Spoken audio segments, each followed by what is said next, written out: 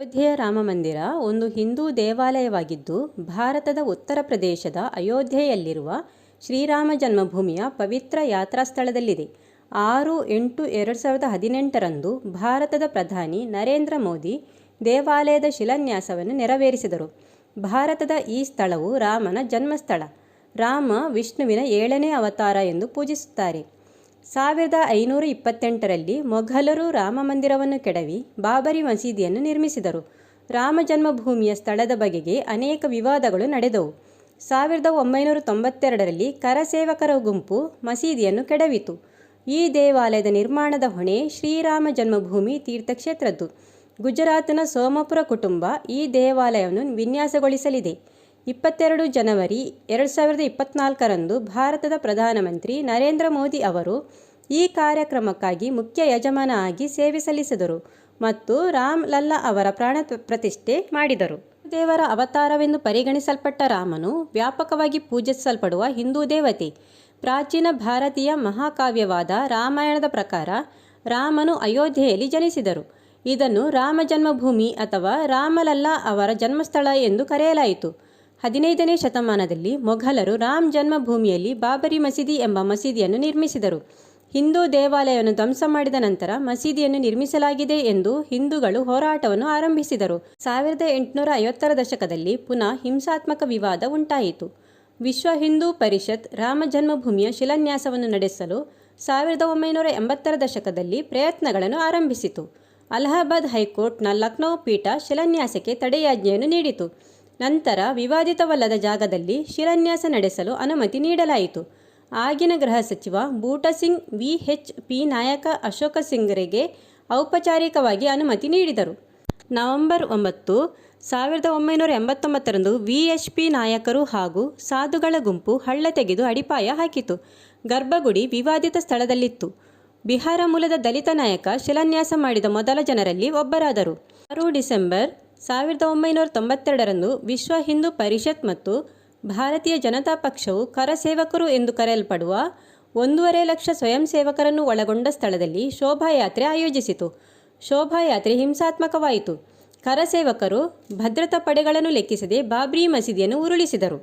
ತದನಂತರ ಭಾರತದ ಹಿಂದೂ ಮತ್ತು ಮುಸ್ಲಿಂ ಸಮುದಾಯಗಳ ನಡುವೆ ಹಲವಾರು ತಿಂಗಳುಗಳ ಗಲಭೆಯಾಯಿತು. ಕನಿಷ್ಠ 2000 ಜನ ತಮ್ಮ ಪ್ರಾಣಗಳನ್ನು ಕಳೆದುಕೊಂಡರು. ಮುಂದಿನ ದಿನಗಳಲ್ಲಿ ವಿವಾದಾತ್ಮಕ ಭೂಮಿಯ ಕುರಿತಾಗಿ ಸುದೀರ್ಘ ಕಾನೂನು ವಿವಾದಗಳು ನಡೆದವು. ದೇವಾಲಯದ ದೇವತೆಯಾದ ರಾಮ್ ಲಲ್ಲಾ ಹೆಸರಿನಲ್ಲಿ 1989ರಲ್ಲಿ ದಾವೆ ಹೂಡಲಾಗಿತ್ತು. ಹಿರಿಯ VHP ನಾಯಕ ತ್ರಿಲೋಕಿನಾಥ್ ಪಾಂಡೆ ರಾಮಲಲ್ಲಾನ ಪ್ರತಿನಿಧಿಯಾಗಿದ್ದರು. ಕೆ. ಪರಾಶರನ್ ರಾಮಲಲ್ಲಾನ ಪರವಾಗಿ ವಾದ ಮಂಡಿಸಿದವರಲ್ಲಿ ಪ್ರಮುಖರು. ಅಯೋಧ್ಯೆ ವಿವಾದದ ಕುರಿತು 2019 ನವೆಂಬರ್ 9ರಂದು ಸುಪ್ರೀಂ ಕೋರ್ಟು ತೀರ್ಪು ನೀಡಿತು.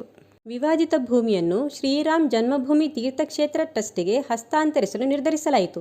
2020ರ ಫೆಬ್ರವರಿ 5ರಂದು ಪ್ರಧಾನಮಂತ್ರಿ ಸಚಿವಾಲಯವು ದೇವಾಲಯವನ್ನು ನಿರ್ಮಿಸುವ ಯೋಜನೆಯನ್ನು ಅಂಗೀಕರಿಸಿತು ಎಂದು ಸಂಸತ್ತಿನಲ್ಲಿ ಘೋಷಿಸಲಾಯಿತು. ರಾಮ ಮಂದಿರದ ಮೂಲ ವಿನ್ಯಾಸವನ್ನು 1988ರಲ್ಲಿ ಅಲಹಾಬಾದ್ನ ಸೋಂಪುರ ಕುಟುಂಬವು ರೂಪಿಸಿತು. ಸೋಮನಾಥ ದೇವಾಲಯ ಸೇರಿದಂತೆ ಕನಿಷ್ಠ 15 ತಲೆಮಾರುಗಳವರೆಗೆ ಪ್ರಪಂಚದಾದ್ಯಂತ 100ಕ್ಕೂ ಹೆಚ್ಚು ದೇವಾಲಯಗಳ ವಿನ್ಯಾಸಕ್ಕೆ ಸೋಂಪುರಗಳು ಕೊಡುಗೆ ನೀಡಿದ್ದಾರೆ. ದೇವಾಲಯದ ಮುಖ್ಯ ವಾಸ್ತುಶಿಲ್ಪಿ ಚಂದ್ರಕಾಂತ್ ಸೋಂಪುರ. ಅವರ ಇಬ್ಬರು ಪುತ್ರರಾದ ನಿಖಿಲ್ ಸೋಂಪುರ ಮತ್ತು ಆಶೀಶ್ ಸೋಂಪುರ ಅವರು ವಾಸ್ತುಶಿಲ್ಪಿಗಳಾಗಿದ್ದಾರೆ.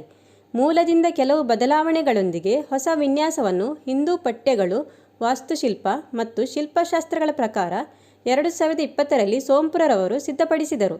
ದೇವಾಲಯವು 76 ಮೀಟರ್ ಅಗಲ, 120 ಮೀಟರ್ ಉದ್ದ ಮತ್ತು 49 ಮೀಟರ್ ಎತ್ತರವಿರುತ್ತದೆ. ಒಮ್ಮೆ ಪೂರ್ಣಗೊಂಡ ನಂತರ ದೇವಾಲಯದ ಸಂಕೀರ್ಣವು ವಿಶ್ವದ 3ನೇ ಅತಿದೊಡ್ಡ ಹಿಂದೂ ದೇವಾಲಯವಾಗಲಿದೆ. ಇದನ್ನು ನಾಗರ ಶೈಲಿಯ ವಾಸ್ತುಶೈಲಿಯ ಗುರ್ಜರ ಚೌಲಿಕ್ಯ ಶೈಲಿಯಲ್ಲಿ ವಿನ್ಯಾಸಗೊಳಿಸಲಾಗಿದೆ. ಇದು ಪ್ರಾಥಮಿಕವಾಗಿ ಉತ್ತರ ಭಾರತದಲ್ಲಿ ಕಂಡುಬರುವ ಹಿಂದೂ ದೇವಾಲಯದ ವಾಸ್ತುಶಿಲ್ಪದ ಪ್ರಕಾರವಾಗಿದೆ.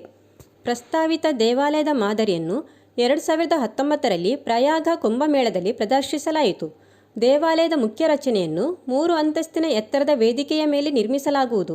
ಇದು ಗರ್ಭಗೃಹದ ಮಧ್ಯದಲ್ಲಿ ಮತ್ತು ಪ್ರವೇಶ ದ್ವಾರದಲ್ಲಿ 5 ಮಂಟಪಗಳನ್ನು ಹೊಂದಿರುತ್ತದೆ. ಒಂದು ಬದಿಯಲ್ಲಿ 3 ಮಂಟಪಗಳು ಕೂಡು, ನೃತ್ಯ ಮತ್ತು ರಂಗ ಮತ್ತು ಇನ್ನೊಂದು ಬದಿಯಲ್ಲಿ 2 ಕೀರ್ತನ ಮತ್ತು ಪ್ರಾರ್ಥನಾ ಮಂಟಪಗಳು ಇರುತ್ತವೆ. ಕಟ್ಟಡವು ಒಟ್ಟು 366 ಸ್ತಂಭಗಳನ್ನು ಹೊಂದಿರುತ್ತದೆ. ಶಿವನ ಅವತಾರಗಳು 10 ದಶಾವತಾರಗಳು, 64 ಚೌಸತ್ ಯೋಗಿನಿಯರು ಮತ್ತು ಸರಸ್ವತಿ ದೇವಿಯ 12 ಅವತಾರಗಳನ್ನು ಒಳಗೊಂಡಂತೆ ಅಂಕಣಗಳಲ್ಲಿ ತಲಾ 16 ವಿಗ್ರಹಗಳು ಇರುತ್ತವೆ. ಮೆಟ್ಟಿಲುಗಳ ಅಗಲವು 4.9 ಮೀಟರ್ ಆಗಿರುತ್ತದೆ. ವಿಷ್ಣುವಿಗೆ ಸಮರ್ಪಿತವಾದ ದೇವಾಲಯಗಳ ವಿನ್ಯಾಸಕ್ಕೆ ಮೀಸಲಾಗಿರುವ ಪ್ರತಿ ಗ್ರಂಥಗಳ ಪ್ರಕಾರ ಗರ್ಭಗುಡಿಯು ಅಷ್ಟಭುಜಾಕೃತಿಯಾಗಿರುತ್ತದೆ. ದೇವಾಲಯವನ್ನು 10 ಎಕರೆಗಳಲ್ಲಿ ನಿರ್ಮಿಸಲಾಗುವುದು ಮತ್ತು 57 ಎಕರೆ ಭೂಮಿಯನ್ನು ಪ್ರಾರ್ಥನಾ ಮಂದಿರ, ಉಪನ್ಯಾಸ ಸಭಾಂಗಣ, ಶೈಕ್ಷಣಿಕ ಸೌಲಭ್ಯ ಮತ್ತು ಇತರ ಸೌಲಭ್ಯಗಳೊಂದಿಗೆ ಸಂಕೀರ್ಣವಾಗಿ ಅಭಿವೃದ್ಧಿಪಡಿಸಲಾಗುವುದು. ದೇವಾಲಯದ ಸಮಿತಿಯ ಪ್ರಕಾರ 70,000ಕ್ಕೂ ಹೆಚ್ಚು ಜನರು ಈ ಸ್ಥಳಕ್ಕೆ ಭೇಟಿ ನೀಡಲು ಸಾಧ್ಯವಾಗುತ್ತದೆ. ಲಾರ್ಸೆನ್ ಮತ್ತು ಟೂಬ್ರೋ ದೇವಾಲಯದ ವಿನ್ಯಾಸ ಮತ್ತು ನಿರ್ಮಾಣವನ್ನು ಉಚಿತವಾಗಿ ನೋಡಿಕೊಳ್ಳಲು ಮುಂದಾಯಿತು ಮತ್ತು ಯೋಜನೆಯ ಗುತ್ತಿಗೆದಾರರಾದರು. Building research institute, national geophysical research institute ಮತ್ತು ಬಾಂಬೆ, ಗುವಾಹಟಿ ಮತ್ತು ಮದ್ರಾಸ್ ಐಐಟಿಗಳು ಮಣ್ಣಿನ ಪರೀಕ್ಷೆ, ಕಾಂಕ್ರೀಟ್ ಮತ್ತು ವಿನ್ಯಾಸದಂತಹ ಕ್ಷೇತ್ರಗಳಲ್ಲಿ ಸಹಾಯ ಮಾಡುತ್ತಿವೆ. ಮಂದಿರ ನಿರ್ಮಾಣದಲ್ಲಿ ಎಲ್ಲಿಯೂ ಕಬ್ಬಿಣ ಮತ್ತು ಉಕ್ಕು ಬಳಸಲಾಗಿಲ್ಲ. ದೀರ್ಘ ಬಾಳಿಕೆಯ ಉದ್ದೇಶದಿಂದ ಸಂಪೂರ್ಣ ಕಲ್ಲಿನಿಂದಲೇ ಮಂದಿರ ನಿರ್ಮಿಸಲಾಗಿದೆ. ಕಬ್ಬಿಣದ ಬದಲಿಗೆ ತಾಮ್ರ, ವೈಟ್ ಸಿಮೆಂಟ್, ಮರಗಳನ್ನು ಬಳಸಲಾಗಿದೆ. ಮಂದಿರದ ಭೂಮಿ ಅಡಿಯಲ್ಲಿ ಟೈಮ್ ಕ್ಯಾಪ್ಸೂಲ್ ಇದೆ. ಇದು ಅಯೋಧ್ಯೆ ಶ್ರೀರಾಮನ ಇತಿಹಾಸವನ್ನು ಹೊಂದಿದೆ. ಕ್ಯಾಪ್ಸೂಲ್ ಅನ್ನು ಸುಮಾರು 2000 ಅಡಿ ಆಳದಲ್ಲಿ ಹೂತಿಡಲಾಗಿದೆ. ಇದರ ಒಳಗೆ ಇರುವ ಸಂದೇಶವು ಸುಮಾರು 2000 ವರ್ಷ ಕಳೆದರೂ ಅಳಿಸಿ ಹೋಗದಂತೆ ಆಸಿಡ್ ಫ್ರೀ ಪೇಪರ್ನಲ್ಲಿ ಬರೆಯಲಾಗಿದೆ. ಶ್ರೀರಾಮ ಮಂದಿರದ ಕಟ್ಟಡದ ಮೇಲ್ಮೈಗೆ ರಾಜಸ್ಥಾನಿ ಬನ್ನಿ ಪರ್ಹಾಪುರ್ ಸ್ಯಾಂಡ್ ಸ್ಟೋನ್ ಅನ್ನು ಬಳಸಲಾಗಿದೆ. ಇದು ಗುಲಾಬಿ ಮತ್ತು ಕೆಂಪು ಮಿಶ್ರಿತ ಶಿಲೆ ಆಗಿದ್ದು ಬಲಿಷ್ಠವಾಗಿದೆ. ರಾಮ್ಲಲ್ಲಾ ರಾಮನ ಶಿಶುರೂಪ, ವಿಷ್ಣುವಿನ ಅವತಾರ, ದೇವಾಲಯದ ಪ್ರಧಾನ ದೇವತೆ. ರಾಮ್ಲಲ್ಲನ ಉಡುಪನ್ನು ಟೈಲರ್ಗಳಾದ ಭಗವತ್ ಪ್ರಸಾದ್ ಮತ್ತು ರಾಮನ ವಿಗ್ರಹಕ್ಕೆ 4ನೇ ತಲೆಮಾರಿನ ಟೈಲರ್ ಶಂಕರ್ಲಾಲ್ ಹೊಲಿಯುತ್ತಾರೆ. ದೇವಾಲಯದ ಟ್ರಸ್ಟ್ ಪ್ರಕಾರ ಅಂತಿಮ ನೀಲನಕ್ಷೆಯು ದೇವಾಲಯದ ಮೈದಾನದಲ್ಲಿ ಸೂರ್ಯ, ಗಣೇಶ, ಶಿವ, ದುರ್ಗೆ, ವಿಷ್ಣು ಮತ್ತು ಬ್ರಹ್ಮನಿಗೆ ಸಮರ್ಪಿತವಾದ ದೇವಾಲಯಗಳನ್ನು ಒಳಗೊಂಡಿದೆ. ರಾಮ್ಲಲ್ಲನ 2 ವಿಗ್ರಹಗಳನ್ನು ದೇವಾಲಯದ ಗರ್ಭಗುಡಿಯಲ್ಲಿ ಪ್ರತಿಷ್ಠಾಪಿಸಲಾಗಿದೆ. ಅವುಗಳಲ್ಲಿ ಒಂದು ವಿಗ್ರಹ 5 ವರ್ಷಗಳಷ್ಟು ಹಳೆಯದು. ಡಿಸೆಂಬರ್ 2023ರಂದು ಅಯೋಧ್ಯೆ ರಾಮಮಂದಿರಕ್ಕಾಗಿ ರಾಮ್ಲಲ್ಲಾನ ವಿಗ್ರಹದ ಆಯ್ಕೆಯನ್ನು ಮತದಾನ ಪ್ರಕ್ರಿಯೆಯ ಮೂಲಕ ಮಾಡಲಾಯಿತು. ಕರ್ನಾಟಕ ಮೂಲದ ಶಿಲ್ಪಿ ಅರುಣ್ ಯೋಗಿರಾಜ್ ರಾಮನ ವಿಗ್ರಹವನ್ನು ರಚಿಸಿದ್ದಾರೆ. ಶ್ರೀರಾಮ ಜನ್ಮಭೂಮಿ ತೀರ್ಥಕ್ಷೇತ್ರ ಟ್ರಸ್ಟ್ ಮಾರ್ಚ್ 2020ರಲ್ಲಿ ರಾಮಮಂದಿರದ ಮೊದಲ ಹಂತದ ನಿರ್ಮಾಣವನ್ನು ಪ್ರಾರಂಭಿಸಿತು.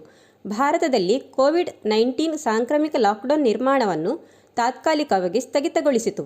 25 ಮಾರ್ಚ್ 2020ರಂದು ಉತ್ತರ ಪ್ರದೇಶದ ಮುಖ್ಯಮಂತ್ರಿ ಯೋಗಿ ಆದಿತ್ಯನಾಥ್ ಅವರ ಸಮ್ಮುಖದಲ್ಲಿ ರಾಮನ ವಿಗ್ರಹವನ್ನು ತಾತ್ಕಾಲಿಕ ಸ್ಥಳಕ್ಕೆ ಸ್ಥಳಾಂತರಿಸಲಾಯಿತು. ನಿರ್ಮಾಣದ ತಯಾರಿಯಲ್ಲಿ ವಿಶ್ವ ಹಿಂದೂ ಪರಿಷತ್ ವಿಜಯ ಮಹಾಮಂತ್ರ ಜಾಪ್ ಅನುಷ್ಠಾನ್ ಅನ್ನು ಆಯೋಜಿಸಿತು.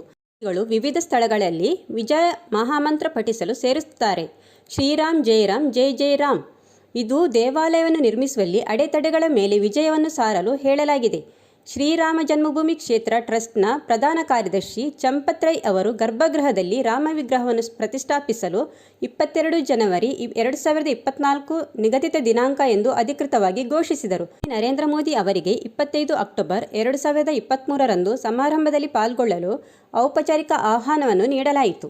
5 ಆಗಸ್ಟ್ 2020ರಂದು ಶಿಲಾನ್ಯಾಸದ ನಂತರ ಅಧಿಕೃತವಾಗಿ ದೇವಾಲಯದ ನಿರ್ಮಾಣವು ಮತ್ತೆ ಪ್ರಾರಂಭವಾಯಿತು. 3 ದಿನಗಳ ಕಾಲ ಸುದೀರ್ಘವಾದ ವೈದಿಕ ಆಚರಣೆಗಳನ್ನು ನಡೆಸಿ ಶಿಲಾನ್ಯಾಸ ನಡೆಸಲಾಯಿತು. ಆಗಸ್ಟ್ 4ರಂದು ರಾಮಾರ್ಚನ ಪೂಜೆಯನ್ನು ನಡೆಸಿ ಎಲ್ಲ ದೇವತೆಗಳನ್ನು ಮಂದಿರಕ್ಕೆ ಆಹ್ವಾನಿಸಲಾಯಿತು. ಆಗಸ್ಟ್ 5ರಂದು ಭಾರತದ ಪ್ರಧಾನಮಂತ್ರಿ ನರೇಂದ್ರ ಮೋದಿ ಅಡಿಪಾಯದಲ್ಲಿ 40 kg ಭಾರದ ಬೆಳ್ಳಿಯ ಇಟ್ಟಿಗೆಯನ್ನು ಸ್ಥಾಪಿಸಿದರು. ಭೂಮಿ ಪೂಜೆಯ ಸಂದರ್ಭದಲ್ಲಿ ಭಾರತದ ವಿವಿಧ ಮೂಲೆಗಳಿಂದ ಪವಿತ್ರವಾದ ಮಣ್ಣು ಹಾಗೂ ನೀರನ್ನು ಸಂಗ್ರಹಿಸಲಾಗಿತ್ತು. ತ್ರಿವೇಣಿ ಸಂಗಮ, ತಲಕಾವೇರಿ, ಕಾಮಾಖ್ಯ ದೇವಾಲಯ, ಜೈನ ಹಾಗೂ ಸಿಖ್ ಮಂದಿರಗಳೇ ಮುಂತಾದ ಹಲವಾರು ಸ್ಥಳಗಳಿಂದ ಪವಿತ್ರ ಮಣ್ಣು ಹಾಗೂ ನೀರನ್ನು ತರಲಾಗಿತ್ತು. ಪಾಕಿಸ್ತಾನದ ಶಾರದಾ ಪೀಠದಿಂದಲೂ ನೀರನ್ನು ತರಲಾಗಿತ್ತು. ಶಿಲಾನ್ಯಾಸದ ಸಮಯದಲ್ಲಿ ಯುನೈಟೆಡ್ ಸ್ಟೇಟ್ಸ್, ಕೆನಡಾ ಮುಂತಾದ ದೇಶಗಳಲ್ಲಿನ ದೇವಾಲಯಗಳಲ್ಲೂ ವಿಶೇಷ ಪೂಜೆಗಳು ನಡೆದವು. ಹನುಮಾನ್ ಗಡಿ ಮಂದಿರದ 7 ಕಿಲೋಮೀಟರ್ ವ್ಯಾಪ್ತಿಯಲ್ಲಿನ ಎಲ್ಲ ದೇವಾಲಯಗಳಲ್ಲೂ ವಿಶೇಷವಾಗಿ ದೀಪಗಳನ್ನು ಬೆಳಗಿಸಲಾಯಿತು. ರಾಮನನ್ನು ತಮ್ಮ ಪೂರ್ವಜರೆಂದು ನಂಬುವ ಅಯೋಧ್ಯೆಯ ಮುಸ್ಲಿಮರು ಕೂಡ ಶಿಲಾನ್ಯಾಸದಲ್ಲಿ ಭಾಗವಹಿಸಿದರು.